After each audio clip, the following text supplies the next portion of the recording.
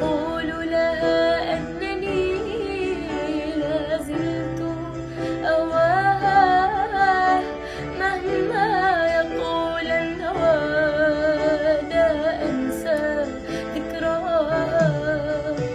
هي التي علمتني كيف أعشقها، هي التي سقتني شهد